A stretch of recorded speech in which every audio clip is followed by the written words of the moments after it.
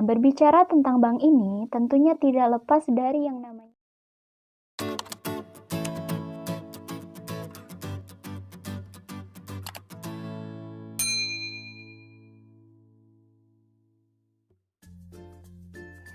Oke, bismillahirrahmanirrahim. Assalamualaikum warahmatullahi wabarakatuh. Kembali lagi bersama saya, Sri Nur Komalasari. Dan tentunya di video kali ini masih akan membahas terkait dengan masalah kontemporer yang berkaitan dengan hukum daripada bank. Nah, di video sebelumnya telah kita ketahui bersama bahwasannya apa itu yang dimaksud dengan bank, rente, dan juga fee.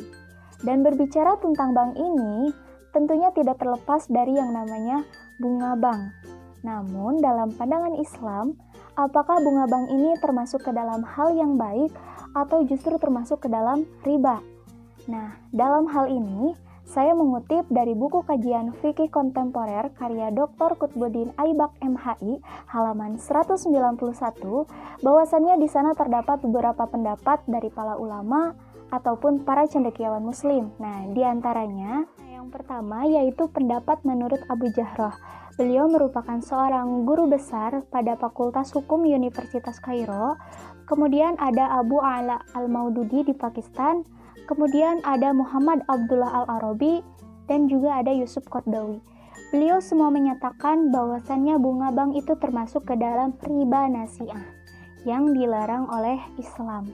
Oleh karena itu, umat muslim diharapkan untuk tidak melakukan atau bermuamalah dengan menggunakan bank yang memakai sistem bunga, kecuali dalam keadaan darurat ataupun terpaksa.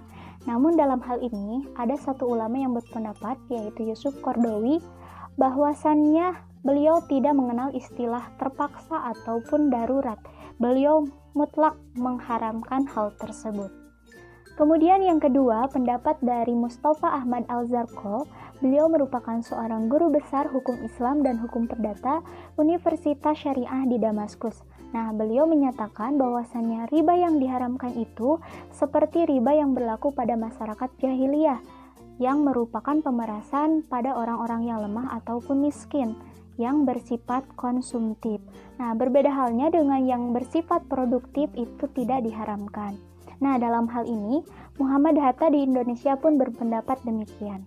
Kemudian yang ketiga, ada pendapat dari Hasan, seorang tokoh Persis, yang menyatakan bahwasannya bunga bank atau riba yang berlaku di Indonesia ini bukan riba yang diharamkan karena tidak berlipat ganda, sebagaimana yang tercantum dalam Quran Surat Ali Imran ayat 130.